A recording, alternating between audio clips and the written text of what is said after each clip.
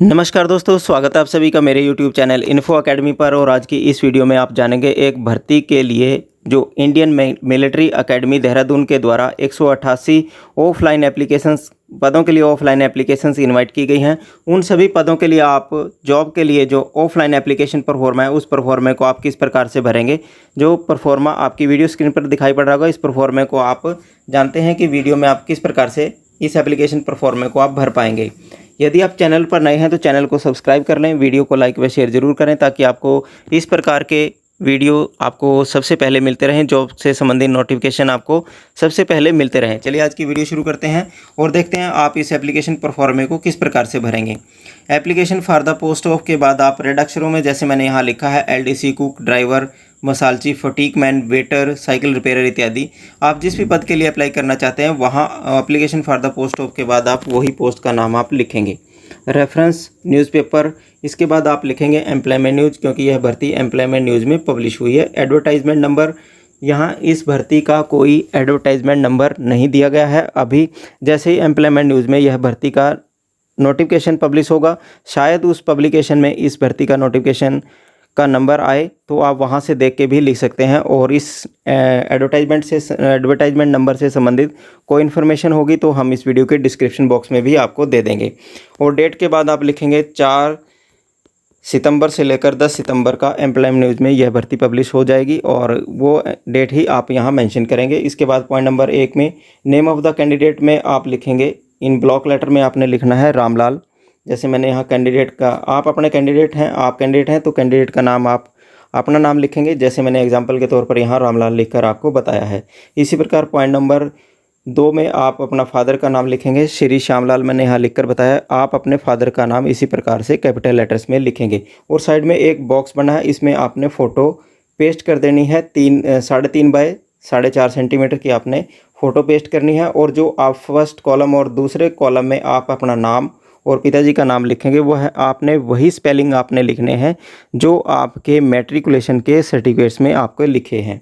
Point number 3 पर आपने mother या वाइफ का नाम आपने बताना है, जैसे मैंने राम कुमारी लिखा है कैपिटल लेटर्स में, आपने भी इसी प्रकार से लिखना है। पॉइंट नंबर 4 पर आपने employment office registration number, date of validity of year में आपने बताना है कि आपका नाम किसी एम्प्लॉयमेंट एक्सचेंज में दर्ज है या नहीं है। यस और नो में आंसर देंगे।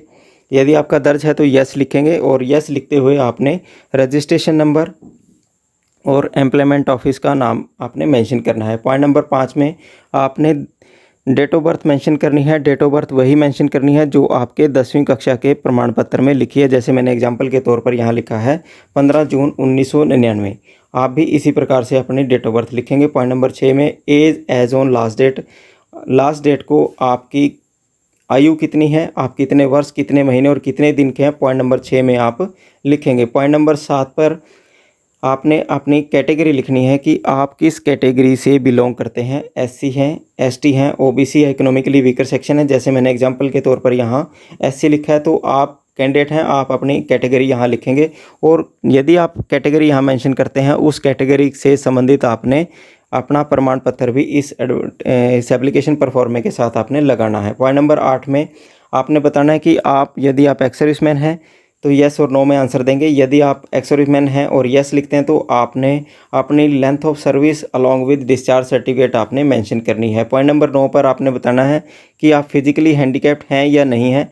यदि आप हैं, यस लिखेंगे तो आपने टाइप ऑफ डिसेबिलिटी भी लिखनी है। पॉइंट नंबर 10 में आपने नेशनैलिटी में इंडियन लिखना है। रिलीजन में आप लिखेंगे हिंदू, मुस्लिम, सिख, जो भी आपका धर्म है वो आप मेंशन कर देंगे।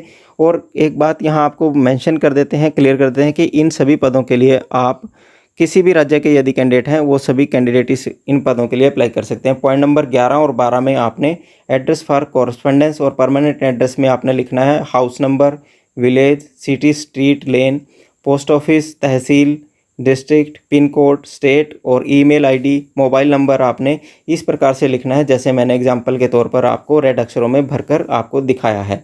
पॉइंट नंबर 13 पर आपने डिटेल ऑफ एकेडमिक और टेक्निकल क्वालिफिकेशन, प्रोफेशनल क्वालिफिकेशन का विवरण इस प्रकार से देना है, जैसे मैंने आपको इस टैबुलेटर फॉर्म में रेड अक्षर में भरकर दिखाया। मैट्रिकुलेशन के आपको बताना है कि किस ईयर में आपने पास किया है और किस रिकॉग्नाइज बोर्ड से आपने पास किया है, कितनी आपकी परसेंटेज है, क्या डिवीज़न है। रिमार्क्स में यदि आप डालना चाहें तो जैसे मैंने एग्जांपल के तौर पर आपको लिख कर बताया, आप इसी प्रकार से आप अपना एकेडमिक क्वालिफिकेशन का विवरण पॉइंट नंबर 13 पर भर सकते हैं। पॉइंट नंबर 14 पर आपने एक्सपीरियंस इत्यादि के बारे में बताना है। यदि कोई आपका एक्सपीरियंस है तो आप येस और नो में आंसर देंगे, यदि येस है तो आपने अपने एक्सपीरियंस की डिटेल भी मेंशन कर देनी है। पॉइंट नंबर 15 में आपने बताना है कि यदि आप पहले से गवर्नमेंट सेवा में हैं या नहीं है। यदि आप पहले से गवर्नमेंट सेवा में हैं तो यस लिखेंगे, यदि नहीं है तो नो लिखेंगे। पॉइंट नंबर 16 में आपने आधार कार्ड का नंबर मेंशन करना है। आधार कार्ड का नंबर 12 डिजिट का होता है तो आप 12 डिजिट पूरे लिखें। इसके बाद डिक्लेरेशन है, डिक्लेरेशन के नीचे सिग्नेचर ऑफ कैंडिडेट है, सिग्नेचर ऑफ कैंडिडेट के ऊपर आपने साइन कर देने हैं और जहाँ नेम लिखा है वहाँ आपने अपना फुल नेम लिख देना है कैपिटल लेटर्स में। इसके बाद आपने इस जो एप्लीकेशन परफॉर्मा है, एक फ़ोटो आपने पेस्ट करनी है और 2 सेल्फ अटेस्टेड फ़ोटोग्राफ आपने इस जो परफॉर्मा है उसके साथ आपने पिनअप कर देनी है। और पोस्टल ऑर्डर नंबर आपने लिखना है। 50 रुपये का आपने इस भर्ती के लिए पोस्टल ऑर्डर लगाना है। पोस्टल ऑर्डर आपको डाक खाने से, किसी भी डाक खाने से आपको मिल जाएगा और पोस्टल ऑर्डर केवल जनरल श्रेणी के कैंडिडेट्स को ही लगाना है। जिस डेट को आप पोस्टल ऑर्डर खरीदेंगे उस डेट को आपने मेंशन कर देना है। पॉइंट नंबर 3 पर आपने बताना है कि कितनी अटेस्टेड कॉपीज़ ऑफ सर्टिफिकेट्स आपने लगाए हैं, कितनी सीट्स आपने लगाई हैं, जैसे मेट्रिकुलेशन 10+2 या आपका रिजर्वेशन है, डोमिसाइल है, इस कितनी सीट्स आपने लगाई हैं वो टोटल सीट्स गिनकर आपने यहाँ मेंशन कर देनी है। और जो कैंडिडेट एक्स सर्विसमैन है उन कैंडिडेट्स को एनेक्सर 1 पर दी गई एक अंडरटेकिंग है, इस अंडरटेकिंग को आपने साइन करके लगाना है।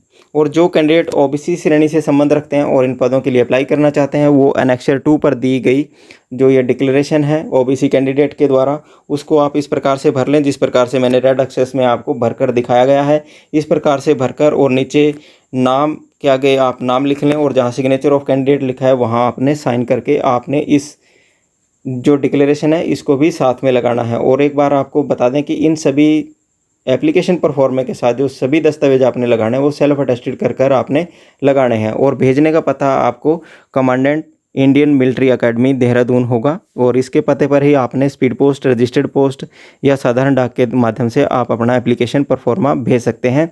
इस एप्लीकेशन परफॉर्मे को डाउनलोड करने के लिए आप वीडियो के डिस्क्रिप्शन में दिए गए लिंक से भी आप डाउनलोड कर सकते हैं। यदि आपको कोई कमेंट है तो आप कमेंट सेक्शन में छोड़ सकते हैं। आज की वीडियो में बस इतनी इन्फॉर्मेशन। तब तक आप चैनल पर बन रहे हैं और चैनल को सब्सक्राइब करते रहें। तब आज की वीडियो में बस इतनी ही इन्फॉर्मेशन। धन्यवाद।